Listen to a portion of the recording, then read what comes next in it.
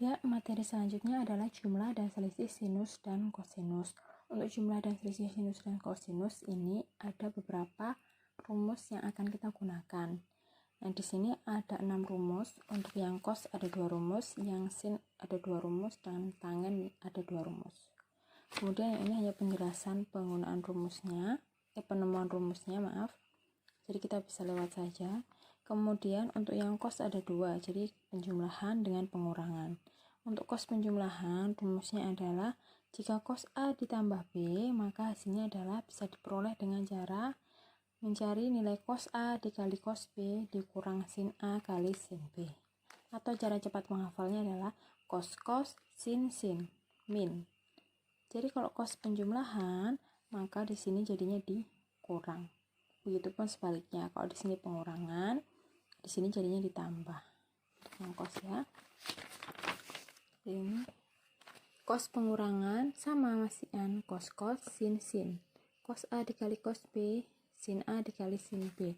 Tetapi kalau pengurangan jadi lawannya, di sini dijadi penjumlahan. Beda dengan sin. Kalau sin di sini penjumlahan, di sini juga penjumlahan. Di sini pengurangan, di sini juga pengurangan. Tetapi untuk sin rumusnya adalah sin cos sin. Ini juga sin cos sin. Kemudian perlu diperhatikan letaknya. Jika ini A di depan, B di belakang, maka di sini juga harus konsisten.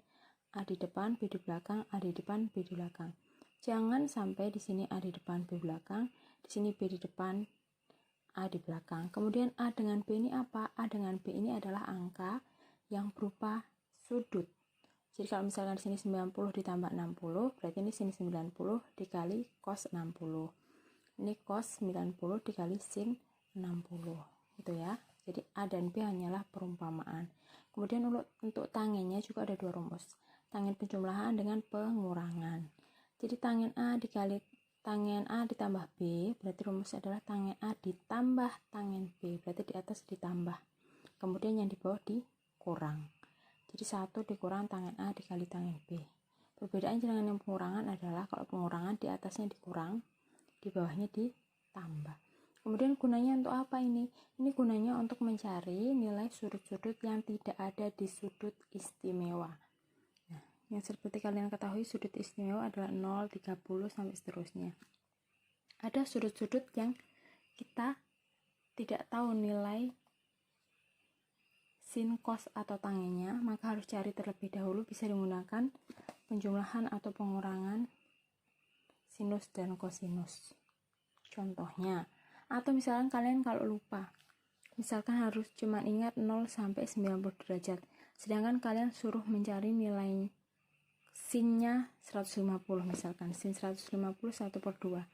Bagaimana caranya supaya kalian bisa mengetahui nilai sin 150 jika kalian hanya mengingat nilai sin dari 0 sampai 90? Bisa kita gunakan rumus yang ini. Oke. Contohnya ya. Di sini tentukan nilai sin 150. Nah, kalian cari 150 ini bisa diperoleh dari hasil penjumlahan atau pengurangan berapa dengan berapa.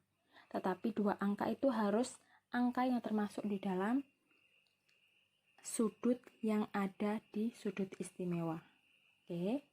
Jadi misalkan 150 bisa diperoleh dari berapa? Ternyata kita bisa peroleh dari 60 ditambah 90. Kenapa tidak 100 ditambah 50, Bu? Karena kalau 100 tidak ada di sudut istimewa. 50 pun tidak ada. Maka kita pakai 60 ditambah 90. Berarti ini bisa diubah. Sin 150 itu sama dengan sin 60 derajat ditambah 90 derajat. Oke, berarti ini sin penjumlahan. Kalau sin penjumlahan, lihat di rumus. Sin penjumlahan rumusnya apa? Sin cos sin plus. Berarti cara tulisnya sin cos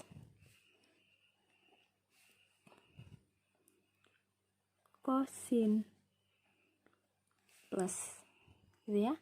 Kemudian ini diisi apa? 60 di depan, 90 di belakang, berarti ini juga konsisten. 60, 90, 60, 90. Kalau udah masukkan nilai, sinnya berapa, cosnya berapa, cosnya berapa, sinnya berapa.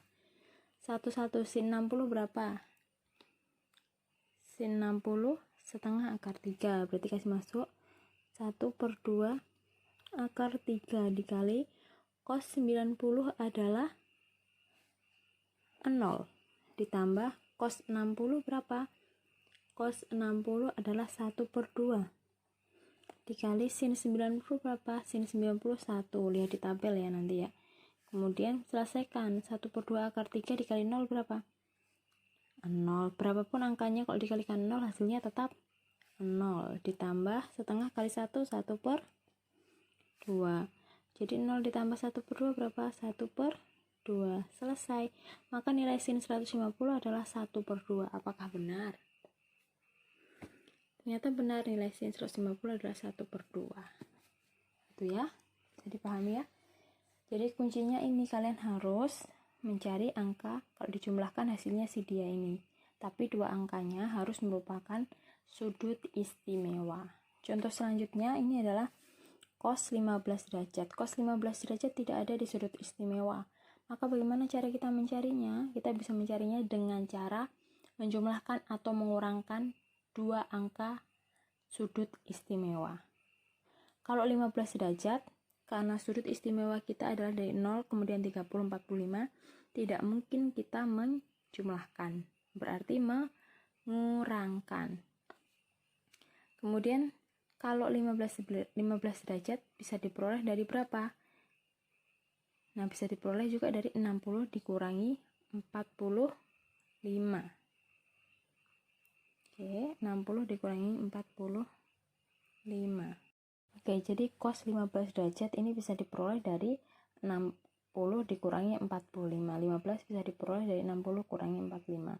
Kenapa harus 60 dengan 45? Karena dua angka ini yang ada di sudut istimewa. Maka kita gunakan dua angka ini. Kemudian lihat rumus cos pengurangan itu apa rumusnya? Cos pengurangan ternyata rumusnya adalah cos sin plus. Jadi cos A kali cos B ditambah sin A kali sin B.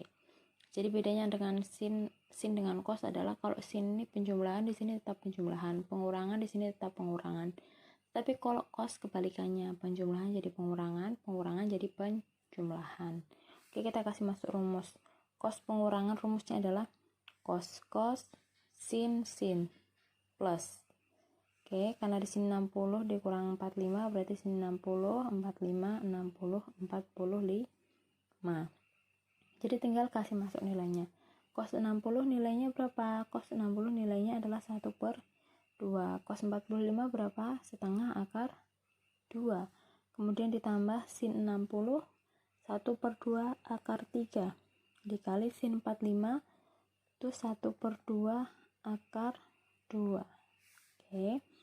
Kemudian perkalian pecahan gimana? Kalau pecahan dikalikan atas kali atas, bawah kali bawah. Jadi ini berapa? 1 kali 1, 1/2 kali 2, 4. Akar 2-nya karena di sini tidak ada yang untuk mengalihkan, maka di sini tetap akar 2. Kemudian yang sebelah kanannya ditambah 1 kali 1, 1/2 dikali 2, 4. Akar 3 kali akar 2 berarti akar 3 kali 2, 6. Oke, maka diperoleh 1/4 akar 2 ditambah 1/4 akar 6. Apakah ini bisa dijumlahkan? Jawabannya adalah tidak. Jadi, untuk penjumlahan yang mengandung akar, dua angka ini hanya bisa dijumlahkan jika dua-duanya mempunyai akar yang sama. Akar yang sama maksudnya apa? Dua-duanya punya akar dan angka di dalam akarnya ini harus sama. Kalau angka dalam akarnya ini berbeda berarti tidak bisa dijumlahkan. Oke, itu pun yang bisa kita jumlahkan hanya angka depannya akar. Jadi 1/4 ditambah 1/4. Nanti di sini akar yang sama mengikuti. Karena di sini akarnya berbeda, maka kalian bisa berhenti di sini. Sampai sini aja sudah benar.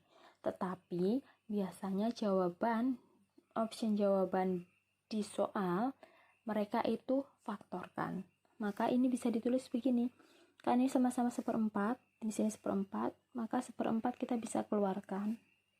Kemudian di sini akar 2-nya ditambah akar 6 ditaruh di dalam tanda kurung. Nah, ini dengan ini sama aja, cuman beda penulisannya. Jadi 1/4 akar 2 ditambah 1/4 akar 6 ini sama saja dengan 1/4 dikali akar 2 ditambah 6. Kenapa? Karena 1/4 akar 2 nanti kembali ke sini. 1/4 kali akar 2 kembali ke sini. Ditambah 1/4 kali akar 6 kembali ke sini. Jadi ini sama ini sama. Perlu diketahui kenapa harus belajar ini, karena biasa opsi jawaban di soal itu menggunakan hasil pemfaktoran ini, bukan seperti ini. Kecuali kalau soalnya esai, sampai sini aja sudah benar. Jadi begitu ya. Akan sedikit untuk contoh soal nomor 2. Tunjukkan bahwa sin 90 derajat tambah A itu sama dengan cos A. Ya, berarti tinggal lihat sin 90 derajat ditambah A, berarti ini rumus sin yang penjumlahan. Rumus sin penjumlahan sin A cos B ditambah cos A kali sin B. A-nya di sini berapa? A-nya 90, B-nya adalah huruf A. Berarti kalau mau ditulis sin cos sin plus. Karena di sini plus, di sini harus plus. Berarti di sini 90, di sini A, 90 di sini A. Karena ngikutin ini ya, di 90 sama A. Kemudian tinggal kasih masuk. Sin 90 hasilnya 1. Cos A ya tetap cos A, kan kita nggak tahu nilai A-nya berapa. Kemudian cos 90 di sini 0. Berarti 0 dikali sin A ya tetap sin A. Karena ini udah 0, berarti 0 kali berapapun kan tetap 0. Maka akan sisa ini, 1 dikali cos A tetap cos A. Maka pernyataan ini benar. Bahwa sin 90 derajat ditambah A itu sama dengan cos A. Bisa dicari menggunakan apa? Menggunakan rumus sin yang penjumlahan. Oke. Selanjutnya, jika ada soal seperti ini. Tanpa tampil matematika, hitunglah nilai sin 65 cos 20 dikurang cos 65 sin 20. Kalian lihat aja, ini rumus apa sih? Sin cos, sin, min. Sin cos, sin, min. Cari. Sin cos, sin. Oh, ini plus. Sin cos, sin. Ini yang min. Oh, berarti yang benar adalah rumus sin yang pengurangan. Berarti sin A dikurang B. Kemudian lihat di sini A-nya berapa? Oh, ternyata di sini A-nya 65, B-nya 20. A ini B. Karena ini adalah merupakan rumus sin yang pengurangan, berarti tinggal bisa tulis dengan sin A dikurang B. Dengan sin A-nya kasih masuk. Oh, A-nya 65 dikurang B-nya 20. Jadi itu sama dengan sin 65 kurang 20, sin 45 derajat. Sin 45 berapa? Setengah akar 2.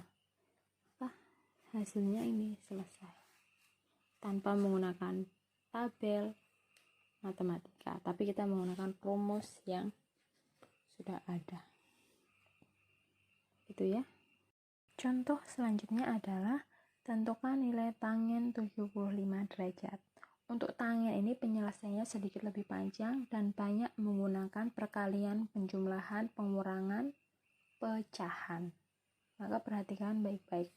Untuk tangen 75 derajat, ini bisa diperoleh dari berapa? 75 bisa diperoleh dari penjumlahan angka 45 dikurang 45 ditambah 30 derajat. Oke, maka bisa ditulis tangen 75 berarti tangen 75 derajat itu sama dengan tangen 45 derajat ditambah 30 derajat, atau kebalikannya 30 ditambah 45 sama aja. Kemudian kita lihat rumus tangen yang penjumlahan apa?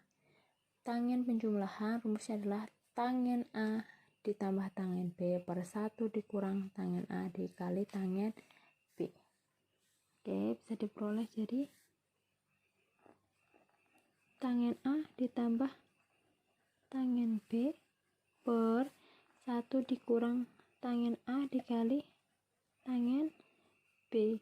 Di sini A-nya adalah 45, B-nya adalah 30. Maka tinggal kasih masuk di rumus saja. Tangen A berarti tangen 45 derajat ditambah tangen B berarti tangen 30 derajat dibagi 1 dikurang tangen A berarti tangen 45 derajat dikali tangen 30 derajat.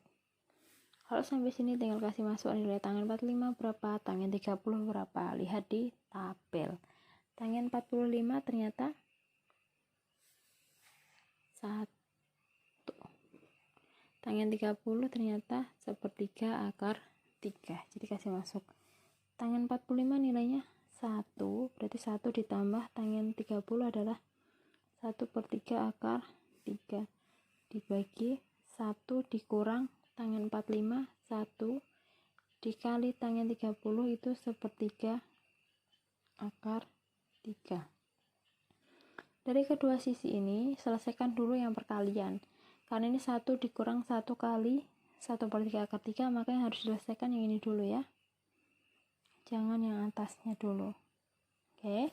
Kalau sudah berarti 1 ditambah 1/3 akar 3 dibagi 1 dikurang 1 dikali 1/3 akar 3 berarti tetap 1/3 akar 3. Oke. Sampai sini karena ini 1 tambah 1/3 akar 3 dibagi 1 dikurang 1/3 akar 3, maka hasil pembagiannya bagaimana caranya? Sampai sini langkah selanjutnya adalah ini yang penting, dikalikan dengan sekawan.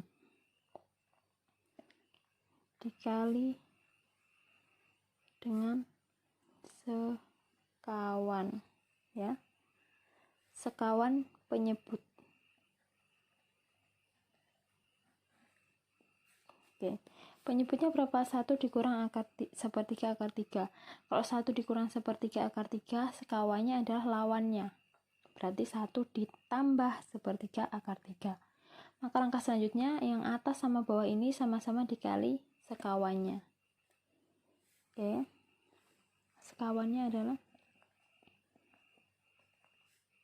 1 ditambah 1/3 akar 3. Lihat di mana? Lihat di sini nih. Penyebutnya kan 1 dikurang 1/3 akar 3, maka sekawannya adalah 1 ditambah 1/3 akar 3. Maka ditulis dulu 1 ditambah 1/3 akar 3 dibagi 1 dikurang 1/3 akar 3. Ini dua-duanya harus dikali sekawannya. Sekawannya adalah 1 ditambah 1/3 akar 3, berarti 1 tambah 1/3 akar 3. Di sini 1 ditambah 1/3 akar 3. Gitu ya. Kalau sudah, kalikan satu-satu. Karena ini sama-sama plus, kalau sama-sama plus harus dikaliin satu-satu. Beda dengan ini kalau tandanya negatif dengan positif, angka yang sama, tetapi di sininya satu negatif, satu positif, atau satu positif, satu negatif, maka perkaliannya ya satu aja, satu-satu. Jadi bisa 1 kali 1, kemudian 1/3 akar 3 kali 1/3 akar 3. Tapi kalau yang di atas karena sama-sama plus, maka harus satu-satu. Selesaikan dulu yang di atasnya. 1 dikali 1 hasilnya 1 ditambah 1 dikali 1/3 akar 3, berarti di sini 1/3 akar 3. Kemudian ditambah 1/3 akar 3 dikali 1, di sini 1/3 akar 3. Ditambah 1/3 akar 3 dikali 1/3 akar 3. Di sininya Ibu tulis ya. 1/3 akar 3 dikali 1/3 akar 3, berarti kalikan satu-satu. 1 kali 1 1, per 3 kali 3 9, akar 3 kali akar 3 akar 9. Gini toh? Akar 9 berapa? Akar 9 kan 3, berarti 1/9 dikali 3. 3 kali 1 berarti 3/9. Bisakah disederhanakan? Bisa. Sama-sama dibagi 3. Sama-sama dibagi 3. 3 bagi 3 1. Per 9 bagi 3 3. Berarti hasilnya adalah 1/3. Maka di sini hasilnya tulisnya 1/3. Atau cara cepatnya gini.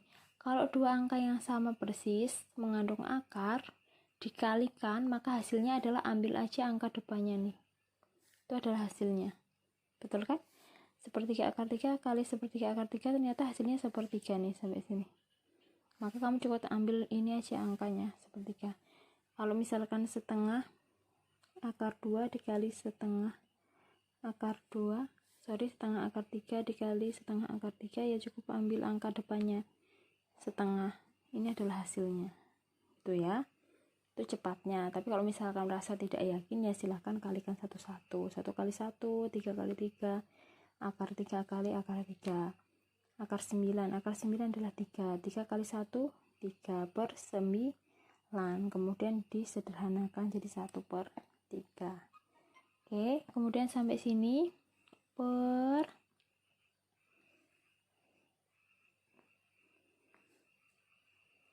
yang bawah. Karena tandanya berbeda, maka kalian tidak perlu mengalihkan semuanya satu-satu kayak yang di atas. Cukup kalikan 1 kali 1, kemudian sepertiga akar 3 dikali sepertiga akar 3. Mengapa seperti itu? Karena ada rumus kayak gini. A ditambah B dikali A dikurang B, ini sama saja A kuadrat dikurang B kuadrat. Silakan pelajari lagi. Ini rumus sudah ada. Mungkin kalian sudah pelajari di kelas 10 atau kelas 10 ya. Maka kalau berbeda tandanya cukup kalikan depan kali depan, belakang kali belakang. Oke, maka di sini bisa ditulis 1 kali 1, 1. Negatif kali positif, negatif. Sepertiga akar 3 dikali sepertiga akar 3. Ini tadi sepertiga akar 3 dikali sepertiga akar 3. Ambil aja angka depannya. Berarti 1 per 3. Itu ya. Kalau sudah ya selesaiin. Yang atas diselesaikan penjumlahannya, yang di bawah diselesaikan penjumlahannya. Oke, yang di atas kumpulin aja yang sejenis. 1 sejenis dengan sepertiga kan? Sama-sama tidak mengandung akar, berarti deketin. 1 tambah sepertiga. Kemudian sepertiga akar 3 ditambah sepertiga akar 3, deketin. Sepertiga akar 3 ditambah sepertiga akar 3. Dibagi 1 dikurang sepertiga. Oke, selesaikan. 1 tambah 1 per 3 berapa hasilnya? Selesaikan dulu di sini. 1 ditambah sepertiga, samain penyebutnya. 1 ini sama dengan 1 per 1. 1 per 1 ditambah 1 per 3.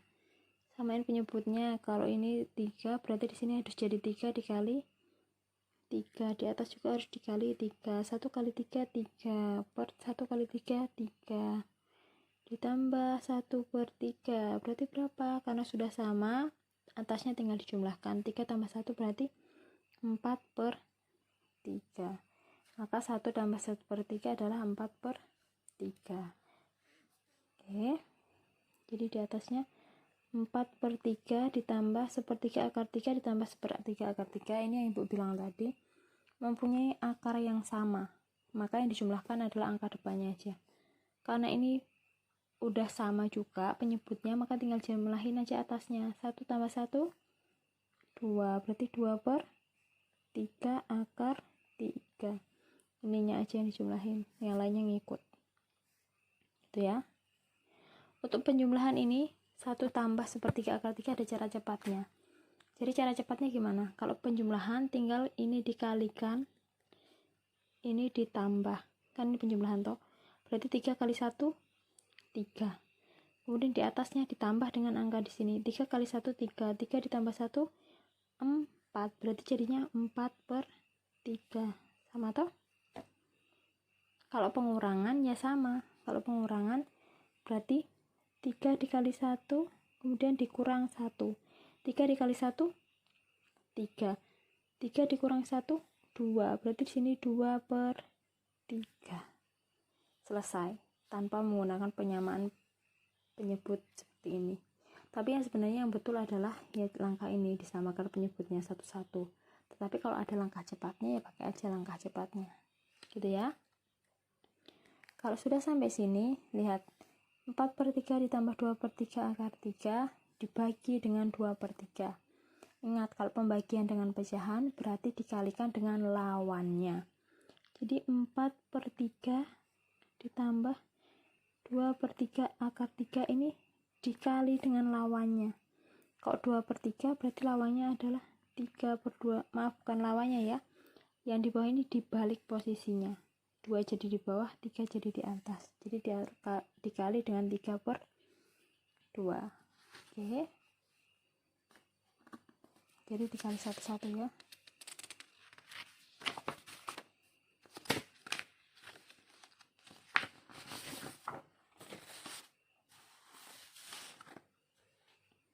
Oke, selesaikan. 4/3 ditambah 2/3 akar 3 dikali 3/2. Jadi ini semua dikalikan ini semua dikalikan ini. Gimana cara ngalikannya? Ya sama. Karena pecahan berarti ya 4 kali 3, 3 kali 2, 4 kali 3, 12 dibagi 3 kali 2, 6. Ditambah ini juga sama, 2 kali 3, 6. Dibagi 3 kali 2, 6. Akar 3 nya diapain? Ya dibawa aja turun, nggak usah diapa-apain karena di sini nggak punya akar yang harus mengalihkan dia. Kalau sudah selesaikan, 12 bagi 6 berapa? 2 ditambah 6 bagi 6 berapa? 1. Berarti 1 akar 3, atau bisa ditulis 2 ditambah akar 3. Selesai. Jadi memang untuk tangen langkahnya adalah segini panjangnya. Ya, jadi kalau merasa masih kurang jelas, silahkan diulang-ulang videonya ini untuk penjelasan tangen. Tetapi jangan khawatir, ini yang Ibu kasih contoh adalah penyelesaian tangen yang paling susah. Yang lainnya, kalau misalkan kalian tidak mendapatkan dua angka ini yang bersamaan, 45 dengan 30 ini bersamaan, maka penyelesaiannya tidak akan sepanjang ini. Ya. Tapi kalau kalian dapat soal ini tangen 75, yang artinya di sini 45 tambah 30, maka ya penyelesaiannya sebanyak ini. Itu ya, nanti Ibu kasih contoh yang tangennya bukan 45 ditambah 30. Supaya kalian bisa membedakannya. Ya, ini contoh soal selanjutnya. Kalau tangen 15 berarti bisa diperoleh dengan cara apa? 15 bisa diperoleh dari hasil pengurangan 60 dikurangi 45. Maka bisa ditulis jadi tangen 60 dikurang 45 derajat. Tangen pengurangan rumusnya apa? Tangen pengurangan berarti tangen A kurang tangen B per 1 ditambah tangen A kali tangen B. Tulis tangen A dikurang tangen B dibagi 1 ditambah tangen A dikali tangen B. Di sini A-nya 60, B-nya 45. Kasih masuk ke rumus. Berarti tangen A-nya 60 dikurang tangen 45 dibagi 1 ditambah tangen 60 dikali tangen 45. Kemudian kasih masuk nilai. Tangen 60 berapa? Tangen 60 ternyata akar 3 dikurangi tangen 45 adalah 1 dibagi 1 ditambah tangen 60 akar 3 dikali tangen 45 itu 1. Berarti ingat, selesaikan dulu yang perkalian, karena ini perkalian berarti ini yang selesaikan dulu. Maka penyelesaian akar 3 dikurang 1 per 1 ditambah akar 3 kali 1 ya tetap akar 3. Oke. Kalau sudah dikali sekawan ya.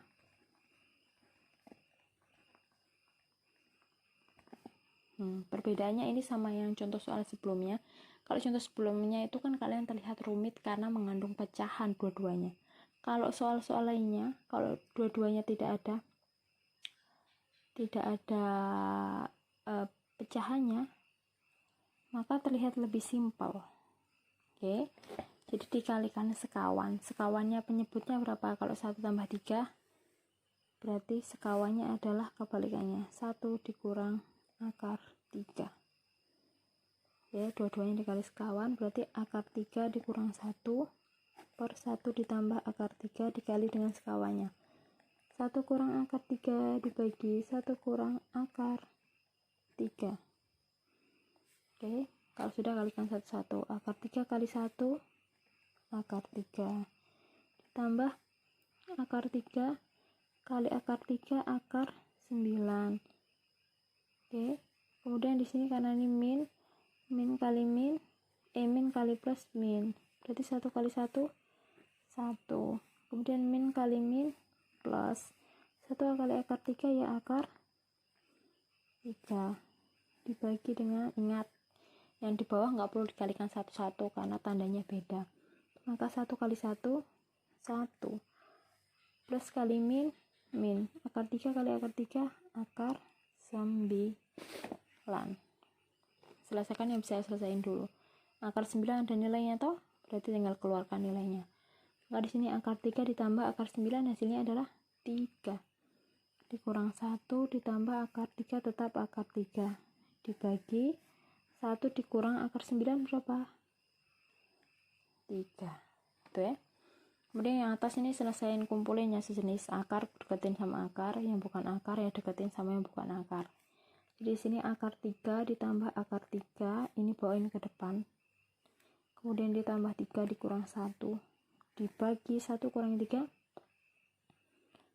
2. Oke, sama dengan akar 3 ditambah akar 3 bagaimana? Ingat, sama-sama akar. Ini bisa dijumlahkan atau tidak? Berarti bisa dijumlahkan toh. Kemudian angka depannya mana? Oh, enggak ada. Kalau tidak ada berarti aslinya di sini ada 1, ada 1. Yang dijumlahkan ya angka depannya ini. 1 tambah 1 2. Akar 3 diapain? Akar 3-nya ikut doang. Gitu ya. Kemudian di sini ditambah 3 kurangi 1. 3 kurangi 1 2. Berarti dibagi 2. Oke, kalau sudah, karena pembagian di sini penjumlahan, maka 2 ini pembagian ini miliknya dua-duanya. Maka kedua sisi harus dibagi 2. 2 bagi 2 1. Berarti akar 3-nya ngikut. 2 bagi 2 1. Berarti hasilnya adalah 1 kali akar 3 bisa ditulis dengan akar 3 aja ditambah 1. Berarti hasilnya adalah akar 3 ditambah 1. Selesai. Gitu ya.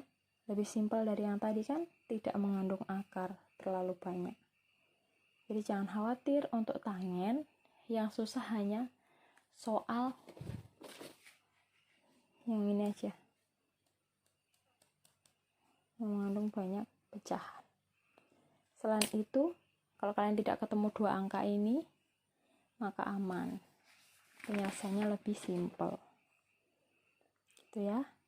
Ya, Ibu perbaiki, ini tadi 1 dikurangi 3 harusnya di sini negatif 2 ya. Maka di sini harusnya negatif 2. Maka 2 dibagi negatif 2 di sini harusnya negatif 1 kali akar 3. Kemudian 2 bagi 2 ini bukan ditambah, tapi harusnya dikurang. Plus bagi min kan min. Kemudian berarti sini min, di sini min. Terus ini Bu tulis sama dengan negatif akar 3 dikurang 1. Ini ya hasilnya betul ya. Bukan akar 3 ditambah 1 ya. Ya tadi ada kesalahan sedikit di sini.